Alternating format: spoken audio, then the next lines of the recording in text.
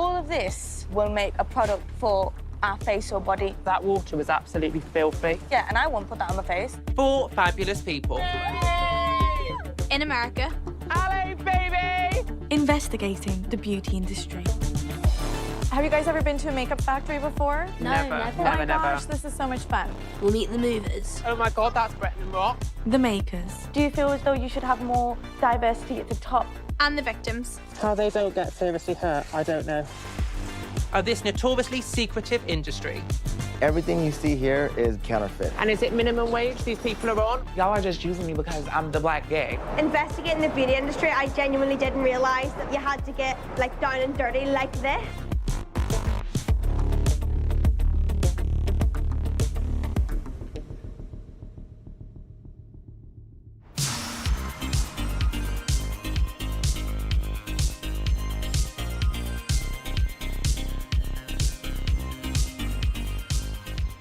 I know we've just been on it for like 11 hours, but I'm actually really excited that we're here. Well, where do you think we're going to stay? Well, if you come to LA, it's got to be fancy, hasn't it? I think this is it, guys. This one? Yeah. No way. Oh Bloody my God. Can you believe it? Oh my Oh my God, look at it. Look at that fireplace. Oh, look at the mirrors! This is heaven. It's just really bizarre. LA, baby! Isn't the view amazing? Unreal, oh my word, it's amazing. Oh. Wow. My name's Chloe, I'm 21 and I'm a full-time makeup artist. I have nearly 300,000 subscribers on YouTube and 100,000 followers on Instagram. I think that makeup is so powerful, but I definitely want to find out if there's a dark side to this industry. With makeup, I just don't really wear it at all. I've got this, which is Makeup Academy. I'm Queenie, I'm 21 and I'm from London.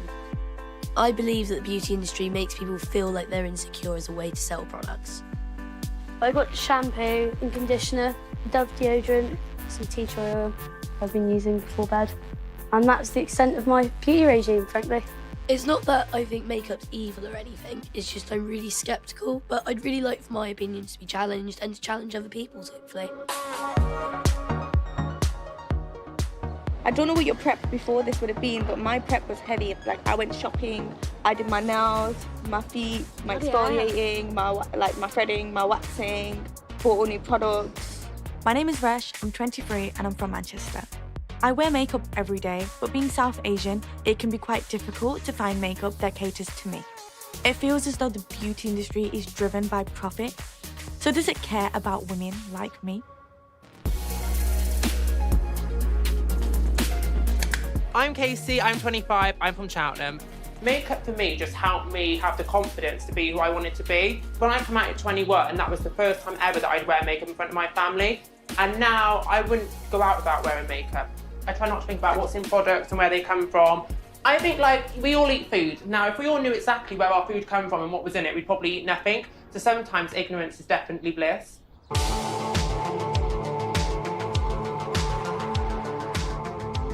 Do you have any idea what we're even going to be doing yet?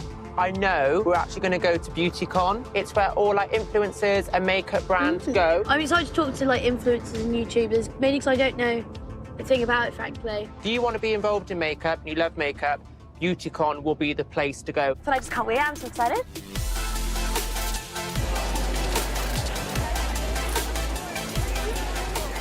BeautyCon started in 2015 and is the beauty event of the year with over 30,000 visitors.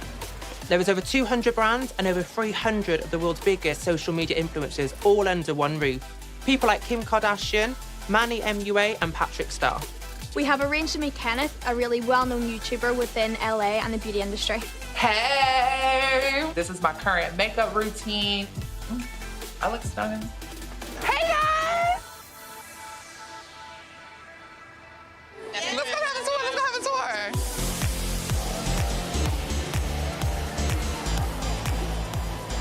The beauty industry is a multi-billion-dollar industry. It has changed tremendously in the last few years because everything has moved online. This is the future. Like, this is, girl, let's go to the BeautyCon. We can buy our makeup there, and we can meet our favorite creators while we're at it. It's great advertisement. It's great advertisement for me. It's great advertisement for the brands. It's like networking on steroids.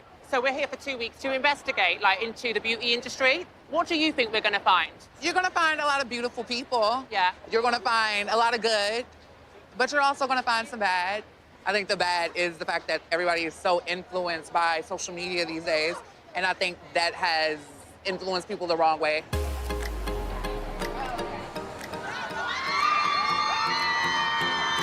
What the hell? Fangirls, I love makeup, but I mean, like, this is like next level, obsessed, like, whoa. Oh my God, that's Bretman. Bretman Rock. But come back, come on. Oh my God. Hey bitch, it's Brett here. Eyebrows are the window to your soul. Bitch, I don't know. I added too much. Hi. Oh my gosh, It's nice to meet you. Nice to Oh, meet thank you. I you. love your dress. Hey guys, how are you? How old were you the first time you wore makeup? I was in 5th grade. I tried to pluck my brows and I plucked a little too much. No, we've all done that. So I stole my mom's like makeup bag and I just started doing my eyebrows with her mascara. Do you feel like you brought an element of like being a minority to the beauty industry? Yes, definitely. Like when I started doing makeup, there wasn't really that many boys in makeup, let alone like Asian guys in makeup or people of color in general. I am that bitch here. We needed you. Proud and brown. We needed you. How do you feel being so huge? It's definitely weird because this doesn't really happen back home in Hawaii. Yeah. It only happens in LA, and I think it's just like, it's weird. Like I can't even like really grasp my mind around it. Do you ever get tired of all this? Kind of annoyed I and go don't to get bed? tired. I stay tired. Can you please take a photo?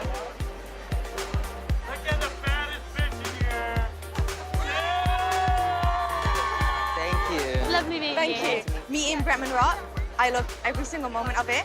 I was just in awe. Thank you. Thank you. Thank you. So Good luck. cute. You're Have so fun. pretty. Thank you. But this is insane, isn't it? Look how many people he's made happy. He's really talented. He's one of the first guys that I've seen do makeup, and at the same time, he comes from like an ethnic minority background, so he appeals to me even more. But who is he? Do you not worry sometimes, like the way he's being used to promote cream brands right now? Is that No, because expectation? but he's not standing there being like, go buy those products. No. I know he's letting- standing in front of the screen that says cream, and that's why he's here. Yeah, and but that he's not gonna- everybody that's going to meet him is going to No, I'm not trying to put people in a box. It's just really interesting to see how it's makeup has provided these platforms that facilitates this sort of thing of like anyone can be anyone.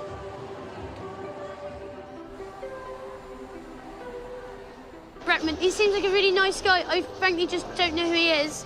I've never watched his YouTube. Maybe he's the funniest man on earth and they've just missed it. But what does he represent? Like, what does he stand for? What does any of it stand for? I feel like whenever I was talking to Queenie, she was just kind of like stuck in her own ways, you know, and I feel like she kind of needs to like step outside of her own wee bubble for a second and kind of see that like what people are doing in here is okay as well and it's not wrong.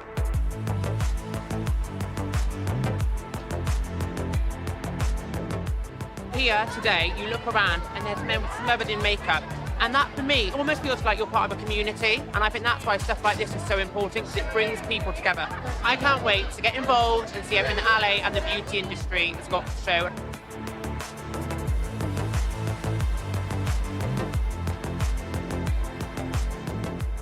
I knew the beauty industry is big and I know people love it, but seeing it at that scale is sort of mad. I really don't understand the influencer culture, I'm not gonna lie. It's not how I want to spend my time in front of a screen.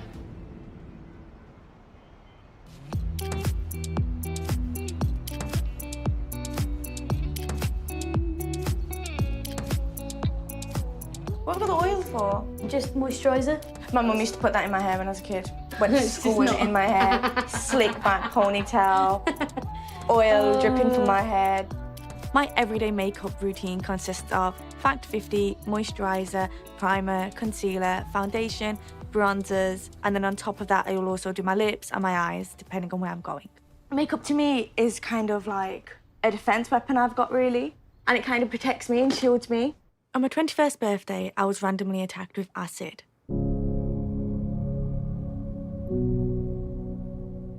It burnt my body and it burnt my face, and since then I've had discoloration, scarring, uneven skin. The way I used makeup changed quite significantly. I went from following trends, whereas now it's more about how can I kind of make myself look as normal and natural as possible. After being burnt, I felt like a lot of my appearance was taken away from me. But with the use of makeup, I was able to kind of bring that back and become me again.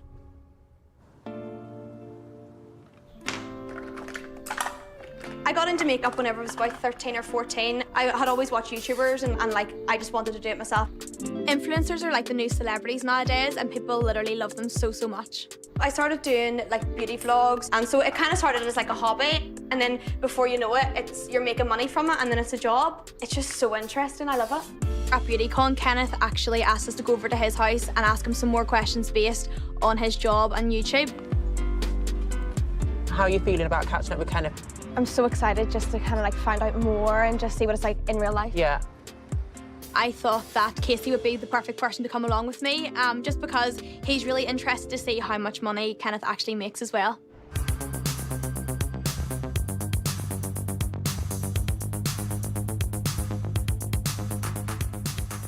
Hey, Kenneth, we're like 5 minutes away. Okay, no problem. See you soon.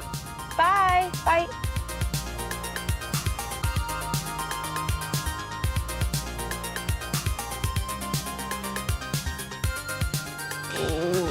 Sorry. This is bougie. Hey! Lovely to see you again. Oh, good to see you. You look beautiful. Thank you. So I just moved in, okay? Okay. So ignore all the boxes and stuff. Okay. Did y'all want to like look at like do some PR boxes or something? Yes, let's Like have a look. Okay, y'all. So this is just what I've gotten over the last week or so or whatever. This is on a daily basis. That is beautiful. Isn't that beautiful? You mind if I swatch it? No, of course not. Oh, wow. Unreal. That is beautiful. Unreal. I just seen that on your eyes with this shirt. How would you earn money from these boxes being sent to you? So these companies, they don't necessarily pay me when they send me stuff or whatever. Say if I receive a product, I really like it. Yeah. If I want to work with a brand, I'll tell like my manager, hey, can you reach out to this brand to get this, see if we could get this sponsored. Mm-hmm. Yeah. It works vice versa. Like if a brand likes you, they'll reach out. So what is the ballpark figure then? What would you say, yeah, that's acceptable, or would you go, no, too cheap, too cheap? For YouTube, say it's like we're just, we just want to insert it in a video, that's all. I'll be like, okay, $3K. Okay. Dedicated, that's a little more money, girl. That's a little more money, because it's the whole video. So you'd get $3K for that box just being sat there whilst you're just talking. And talking about the makeup, $3K. For like a 30-second, just we insert? Exactly. Wow. The most I've probably gotten was like $14K, but that's a dedicated video at the size that I'm at with averaging 50K views. Yeah. So when I start averaging like 70K views and I grow like another 20,000 subscribers or something, and my engagement's still good. Yeah. Could get like 20K. You can't go down. Yeah. You can't go down unless your engagement drops and you become a flop. Yeah. You become a flop, you're done. No money. If you were to collaborate with a makeup brand, out of all of them, which one would it be? I appreciate ColourPop because they put so much effort into their packaging. I've been to ColourPop, the office and everything. Like, it's so cool. Oh, really? Yeah. And they just have like a really, really good team. Definitely. So people obviously see you doing your videos. It's all really glamorous. But being a gay male, wearing makeup, but also being like a man from colour, do you think that makes it even harder? Is that like another stepping stone? Definitely. It's a whole other barrier because we don't have that many Black influencers, period, within the past 2 years. Like, you've seen all this inclusiveness. Now everybody wants to be inclusive. Yeah. Once they see that they can make money off of gay boys and just boys that wear makeup. There are other influencers of different ethnicities, males, that act the same way I act, that do the same things I do. They get sassy, I get other words like bitchy, ghetto, or something like that. But they're sassy. It's never in your face, but you always sense, you're like, y'all are just using me because I'm the Black gay, I'm the Black boy. I couldn't believe when Kenneth told us that he got $14,000 for doing a video. That's like a deposit for a house. I can't believe just mentioning a brand in a video will pay that much money. That's crazy. I've heard that influencers like Jeffree Star, Michelle Phan, and even James Charles are worth like in the tens of millions. So now I'm starting to understand why. Thank you so much for having us. Thank you for having us on your bed. I don't let everybody sit on my bed. I know. So that's a big thing, We're okay? privileged. And I was go wash it today anyway, so I don't care. Oh, but wash this away. Wash this out your hair, bitch. Wash this out your hair. When Kenneth told me about like the racial kind of aspect of it, it's kind of sad because in this day and age, you would think like everybody would be included, but there's still times in which, he does feel isolated and kind of singled out a wee bit, which is quite sad and heartbreaking. Right, let's go and leave you in peace. Okay, bye. Thank you, darling. Make sure to close the door on the way out.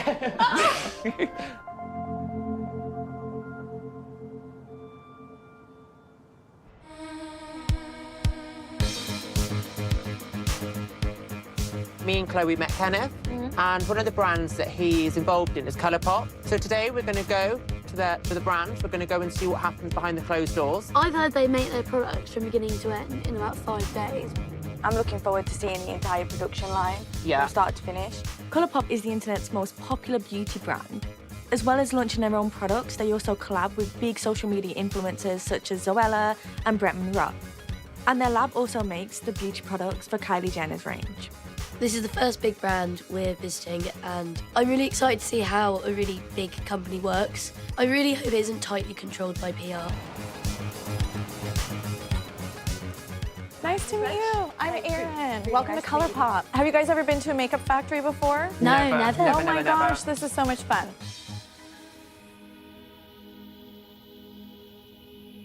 So this is our Colourpop HQ. We are just 5 years old. Everything is made here. We make our packaging, our formula all under one roof, and we send it straight to our customers. We can keep our prices low because it's all made here. So I'm gonna take you guys out to the production floor so you can see how everything is made. So this is how they fill a liquid lipstick. So she has her vial, she places it and presses a button and it dispenses the perfect amount of product. And then they cap it, label it, put it in the box. Done. All right. And then we can see how the actual package is decorated. So how many can you make on this in, like, let's say an hour? 1,000 in an hour. And how long does this machine go on for throughout the day? 12 to 14 hours at least, I'm thinking. 12 to 14,000 made, Lordy. Okay. I was a little bit taken back because obviously you just see the makeup looking really like glamorous on the shelves, and sometimes you forget that there is actually hard, tedious work that goes into it. It really puts it into perspective. And is it minimum wage these people are on? I think it varies depending on the person and the position. So would that lady be on minimum wage and that lady wouldn't? Oh, I'm not sure. You're not sure? You know, I was wondering, how much is minimum wage in the US, and it varies from city to city. How So much what is is it in minimum the wage here? state of California? What is minimum wage here? $12? Minimum wage in California is $12, $15?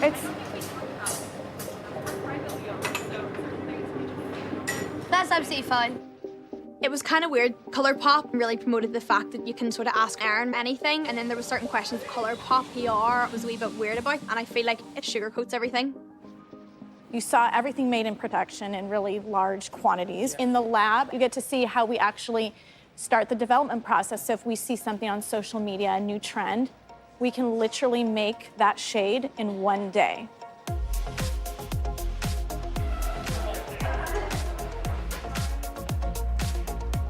Today we're going to show you guys how to make Super Shock eyeshadow. We have almost developed 1,000 shades. Wow. So the first phase is Isabella is going to weigh out all of the liquids. The intention of Colourpop is to be able to provide different shades. It's the exact same base every time, we're just creating new pigment. Why do you do that? We want makeup to be fun. And because of our price point being so low, you can spend $5 on a trendy shade that you see on Instagram, have fun with it, maybe wear it one time, but it's not a huge financial commitment. Do you think there's perhaps a disposable element? Maybe more of like an experimental urge to want to like try something. So you can experiment with different shades that are more fun that maybe you wouldn't with another brand that you have to spend $20, $30, $40 on. Well, I think Colourpop encourages and like enables fast fashion. And I do think it encourages this sort of throwaway culture of like, if you're creating this much stuff, how much of it's actually getting used? For people who don't want to try out more expensive brands, they can buy this. Customer that probably would check somewhere out like this for single-use stuff, I would just chuck it. So now that the first phase is mixed, we are now going to weigh out the pigments and pearls. What's the actual material? It's synthetic. It's synthetic. Okay. Yeah, it's just mainly giving the shade the color. Do you think the power of the internet has really shaped your current company? Oh, most definitely. We can get what is trending to our customers so much faster than some other brands that have lead times of 2 to 3 years. What trends are you currently looking at Colourpop? Right now, glitter is a big trend. In the last 6 months, we've developed 3 new glitter technologies. Are any of the glitters biodegradable, and are you looking into that? Because obviously glitter makes up a lot of pollution at the moment. We have looked into biodegradable glitters. Okay. But there's, you know, always different things that we're trying to improve. So we're done. That's how it looks. Yes. That's really nice. I like that a lot. It's amazing. Yeah. That is so good. That is So really good, nice. right? Colourpop today were quite happy to let us tour their factory, their headquarters. Although Colourpop are trying to come across very transparent, everything Erin said to us seemed kind of like scripted. It just makes me wonder if that transparency is really them trying to gain more publicity and just market themselves and create a really pretty picture about them.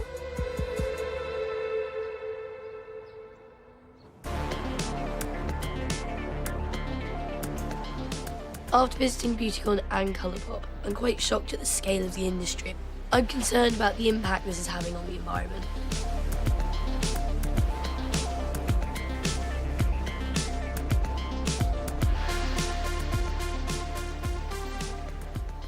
I got so many face wipes. I love face wipes. I quite like this, where you've got a face mask and it's got your star sign. Oh yeah, it's cool. Such packaging on everything. Like, why do you need the cardboard if you've already got this? It says so. This little sign here, I guess, with the arrows, that means it's recyclable, doesn't it? It's kind of confusing too because, like, what part is recyclable as well? Like, is it the outer part? Is it the Or is actual it the wipe? wipes? Or is it the plastic bit? I think it's extremely worrying that we have so much excess packaging on our beauty products, and I think it'd be really important to investigate. Well, Queenie, you like recycling. Why don't you look into it and see if you can find something that can tell us? I'm gonna go off and do some research then. It's evident that there's so much plastic within the beauty industry. Personally, I just find whenever I recycle, you know, as soon as you put it into the blue bin, that's it done, and that's my good deed done for the day. So where is all this plastic actually going, and is it being reused and recycled? I got in touch with a charity working to reduce plastic in beauty products. Seeing the scale in which the beauty industry is producing products, it will be really interesting to see the actual impact on the environment.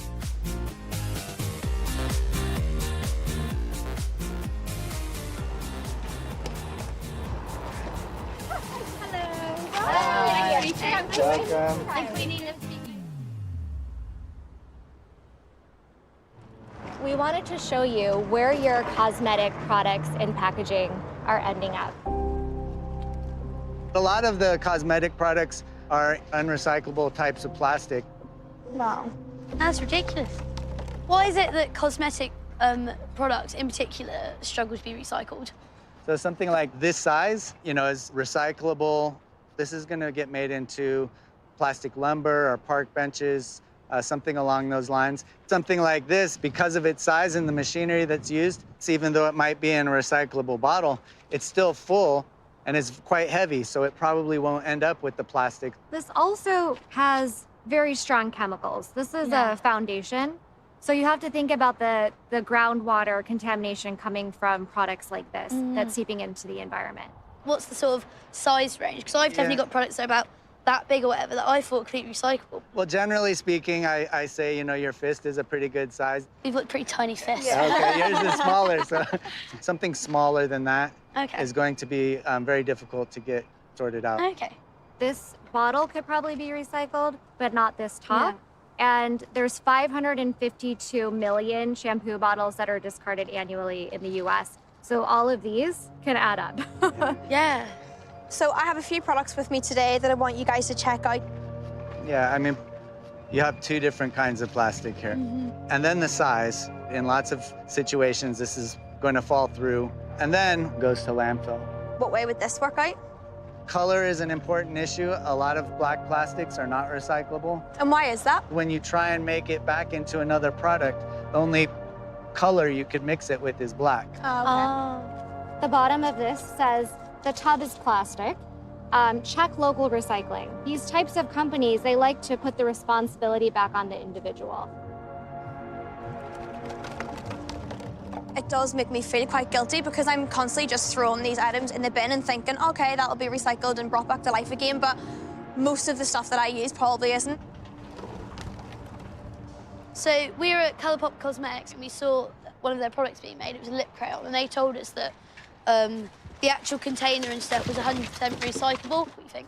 Well, this is what we call ridiculous packaging. This in no means is going to be recycled. Yeah. And they told us they produce about 1,000 of those an hour. Oh, wow. We need laws to help the packagers get it right and say, okay, You can make whatever you want, but maybe you're gonna have to pay for the end of life of this product. Could you imagine a world in which your lipstick comes in a beautiful reusable case, and then when you go to the store, it gets refilled and you buy a new one? This industry has a lot to profit off this if you just go down to money as well, because I don't know about you, but once I find a product I like, I just use it again and again and again. That's why the refill model could be really game-changing.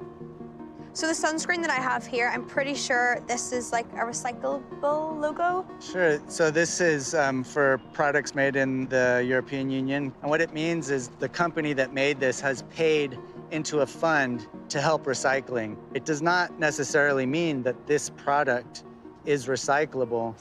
For a consumer like us, we just see the symbol. Right. And it reinforces that idea that all plastic tubes are recyclable. Yeah. The global rate for recycling is only 9%. 9%. So 91%, it's ending up in landfills. It's being dumped in areas like Southeast Asia. Wealthier nations like the US, UK have been shipping their waste overseas for decades. And I actually have a video to show you of our colleague. So here he is in Indonesia. So is this in people's gardens then? Like they're just dumping it wherever? Yeah. Some of these communities were pristine agriculture areas, so now they're toxic dump sites. You know, the things that they can't recycle from it, they light them on fire, as they've done for thousands of years. But now it's plastic, and so the plastic is very toxic when you burn it. A lot of these communities, they have respiratory illnesses. There's higher cancer rates. I think what's also important to remember is the plastics industry is trying to push production by 40% in the next decade. And by 2050, there will be more plastic than fish in the ocean if we don't do something. But then how is the world not going to just fill up with rubbish and then we're all screwed? Is there anything the individual can do? We really need to be looking at the bigger picture and pushing these corporations to do better. So writing to them, tagging them on social media, saying this is unacceptable. The idea that we've created is throw it all in one bin and then, you know, in the land of unicorns and fairies, the magic will happen. The reality is much grittier than that. It's ridiculous, like, and quite terrifying. And no one even knows because they're telling you it's recyclable, and of course you believe it's recyclable because, well, why wouldn't I until I met an expert like this? Most of my products are so bulky and heavy and really packaging orientated, so I feel like I need to take action because there's not going to be enough room on this world for all this extra stuff.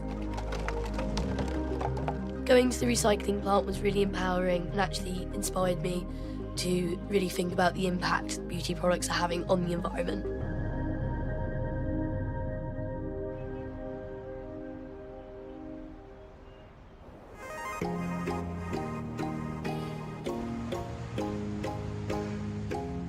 After learning how few products are actually recycled, I want to find out where else waste from the cosmetic industry ends up.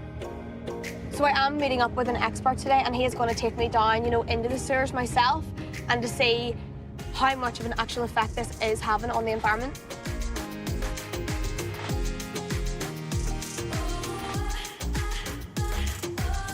The others, they didn't want to do it, but of course, I'm interested just to see, like, what is going actually on under there.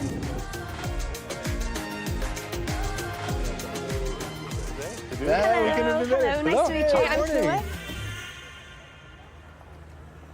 What exactly are we going to be doing today? We're going to descend into the sewers of San Francisco. You look at the waste that is going by, you can learn a lot about things we use, you know, the things we dispose of. So it's an exciting place, and we might even find some cosmetic articles in the sewer. So what happens with your cosmetics after we finish using them? We think, you know, when we dispose of something that it just goes away magically and we never see it again, but that's not true. You know, the world, everything is connected. And so when we dispose of something, it's got to go somewhere. And so when we descend into the sewer, we're going to find out about the things that are there and also learn about the things that we shouldn't use anymore. We're with the right team today. These folks go down pretty often, so we'll get you down there. Are you scared, Chloe? Yeah, I am pretty scared, yeah. We might see some critters. You're not afraid of heights, are you?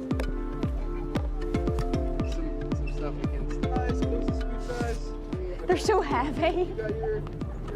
So I have like really intense like welly boot shoes on, obviously to protect your feet. and just like general overalls and a harness in case you get stuck and you might need to get lifted out. And it just genuinely looks really scary. It's like just a black hole. Like, you don't even want to go like too close to it in case you get like sucked into it or something.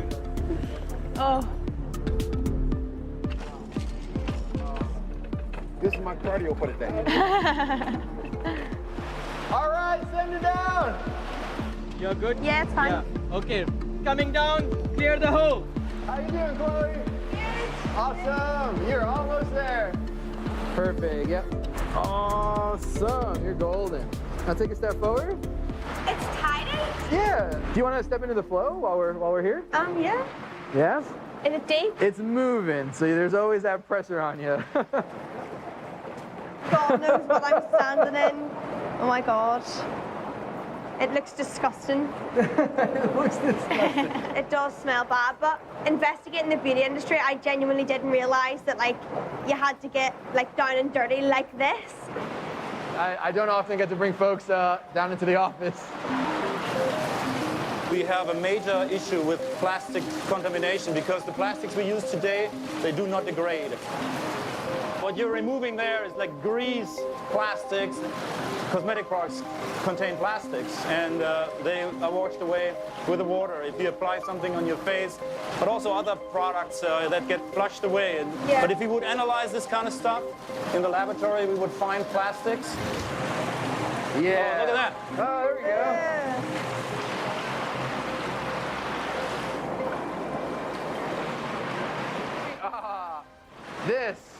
This is a good example. More plastic. Yeah, so more packaging material. Yeah. It's amazing. Yeah, and this is just the visible stuff. You know, we are actually standing in a river of plastic. So I've only been in here for a few minutes already, and I've already seen packaging of like sort of like beauty products, and the water's like really dirty. So obviously there's going to be some sort of like chemicals in this water. Has there ever been a time where it's been like maximum capacity, like filled? It happens. Really? Yeah. Oh, wow.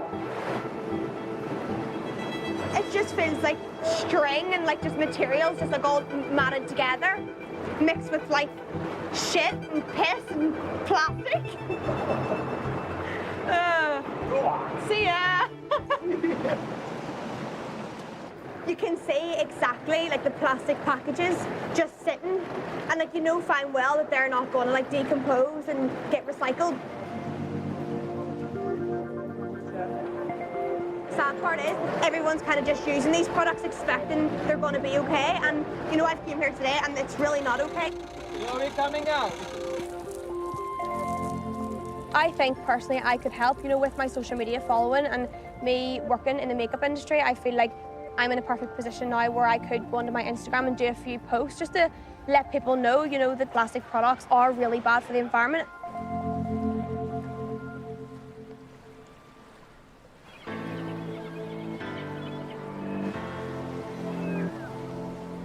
Did you climb down a manhole? Pretty much, I got lowered in, like, on this harness. Wow. You got harnessed into a sewer? Literally, like really deep in the ground, and then I was like trekking through like this wee stream of all like literal poo and stuff everywhere, this deep, like it was weird, but it was so interesting at the same time. With the sewer water, they can do tests and they can see exactly what chemicals and stuff are in that water. And I want to know, with all the makeup products that I use all the time and skincare products, what is in my beauty products.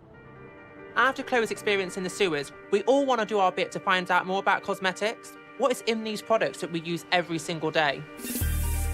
I've been doing some research, and there's this one ingredient that I keep coming across that's in loads of my beauty products. It's called candelilla wax. It's a wax that's extracted from plants and it goes into cosmetics to thicken them.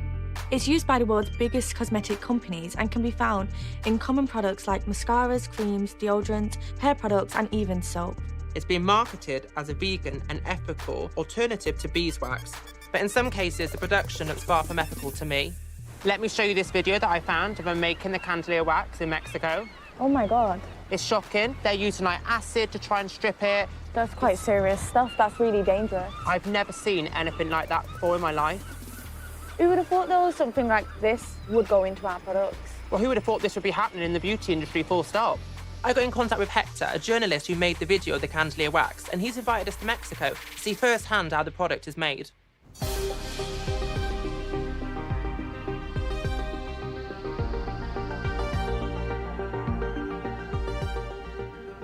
I think it's beautiful around here. I could turn my head 360 degrees and I won't see a single building, no glass, no concrete, it's just mountains. It's really nice. It's a big change from what I'm used to. It just reminds me of the Spice Girls video when they were in the desert. I don't think I've ever felt so out of my comfort zone as what I do here right now. We're now heading towards the desert. This is where they do all the farming and they source the material from themselves. Candelia is a plant that's native to this area of the northern Mexican desert. The farm that we're visiting sells the wax to a middleman who then sells it to some of the companies in the beauty industry. So I'm expecting there to be really high standards. Hi, I'm Casey. Nice to meet you.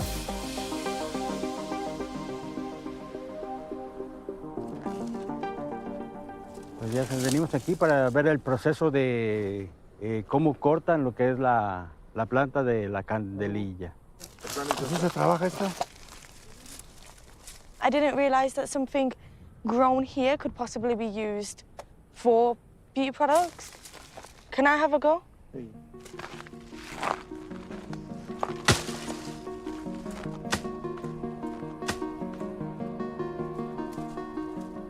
This is not easy.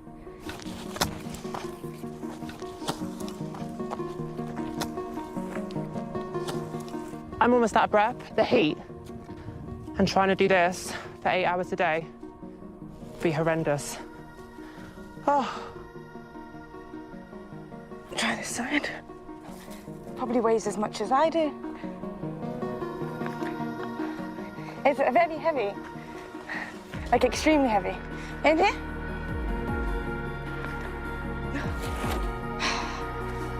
Yes.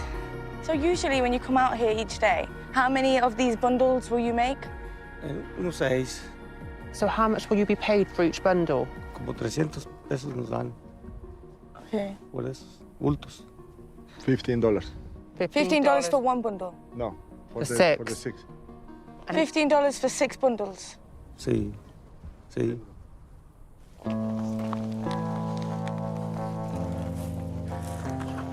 $15 for this hard work is ridiculous.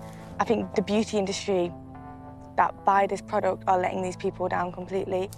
When I could buy a lipstick, one lipstick, £18, it doesn't make sense and it's quite cruel.